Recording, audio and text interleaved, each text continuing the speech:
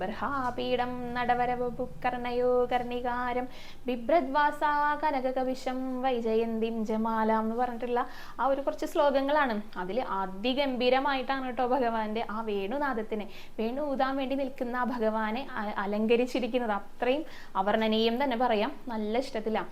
ബർഹാപീഠം എന്ന് പറഞ്ഞിട്ടുണ്ടെങ്കിൽ ആ മയിൽപ്പീലിക്കെട്ട്, മയിൽപ്പീലി കാട് എന്ന് പറയും.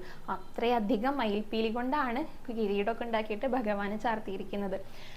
അതേപോലെ തന്നെ നടവരമ്പ് എന്ന് പറഞ്ഞാൽ നാടകക്കാരുണ്ടല്ലോ, അവരെങ്ങനെയാ അവരുടെ വേഷവിധാനങ്ങളൊക്കെ കണ്ണഞ്ചിപ്പിക്കുന്ന നിറങ്ങളും അതേപോലെ തന്നെ നല്ല തിളക്കമൊക്കെ ഉള്ളതായിരിക്കുമല്ലോ.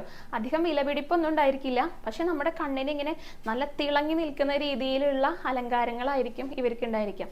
അതേപോലെ ഓരോ കാട്ടുവള്ളികളും കാട്ടിലെ ആ പൂക്കളും ഒക്കെ കൂടി ചേർന്നിട്ട് ഈ കുട്ടികളെല്ലാവരും, ഗോപന്മാരും ഗോപസ്ത്രീകളെല്ലാം ചേർന്ന് നമ്മുടെ ഭഗവാനെ ഇങ്ങനെ അണിയിച്ചൊരുക്കുക കേട്ടോ. ഭഗവാൻ അനങ്ങാതെ നിന്നിട്ട് ഇതൊക്കെ കാണിച്ചു കൊടുക്കുക. എന്നെ അലങ്കരിച്ചോളൂ, അവിടെ കെട്ടിക്കോളൂ, കയ്യിൽ കെട്ടിക്കോളൂ, മാലയിട്ടോളൂ, വളകളിട്ടോളൂ എന്നൊക്കെ പറഞ്ഞിട്ട് ഇങ്ങനെ അനങ്ങാതെ കാട്ടിക്കൊടുക്കുക.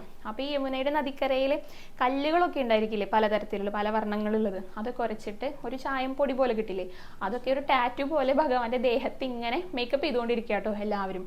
ഭഗവാനാണെങ്കിൽ ഒന്നും വേണ്ടാന്ന് പറയണില്ല, എല്ലാം ഇങ്ങനെ സ്വീകരിച്ച് നിൽക്കുക. ഇനി ഒരു സ്ഥലം പോലും, ഒരു ഇഞ്ചി സ്ഥലം പോലും ഭഗവാന്റെ ആ ഒരു ദേഹത്തില്ല കേട്ടോ. അപ്പോൾ ആ സമയത്താണ് ശ്രീരാമാവ് പറഞ്ഞത്, ഭഗവാനെ ഒരു മിനിറ്റ് ഒന്ന് അവിടെ നിൽക്കൂ എന്ന് പറഞ്ഞിട്ട് കർണികാരം, അതായത് കണിക്കൊന്ന പൂവുണ്ടല്ലോ, ആ മരത്തിൽ നിന്ന് അത് പൊട്ടിച്ചെടുത്ത് വന്ന് കൊണ്ടുവന്ന്, ഇനി ഇത് എവിടെ വെക്കുക, ഇനി വെക്കാൻ സ്ഥലമൊന്നുമില്ലേ, അപ്പോൾ എന്താ ചെയ്യുന്നത്, രണ്ടായിട്ട് പകുത്ത് ആ ചെവിയുടെ ആ ശിരസിലൂടെ ചെവിക്ക് രണ്ട് ഭാഗത്തു കൂടെ കൊണ്ടുവന്ന് ഈ താടിയെ അവിടെ വെച്ചിട്ട് അങ്ങനെ ചുരുട്ടി വെച്ച് കൊടുത്തു.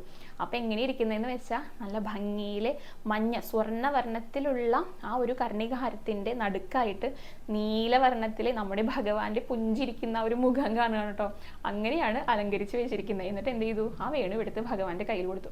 ഇനി ഊതിക്കോളൂ കണ്ണാന്ന് പറഞ്ഞിട്ട് ഭഗവാൻ ഇങ്ങനെ വേണുനാഥ രണ്ട് കാലുകളും പിണച്ചു വെച്ചുകൊണ്ട് വേണുനാഥം പൊഴിക്കുന്ന ആ ഒരു സന്ദർഭമാണ് ഈ ഒരു ശ്ലോകത്തിൽ വിവരിക്കുന്നത് കേട്ടോ.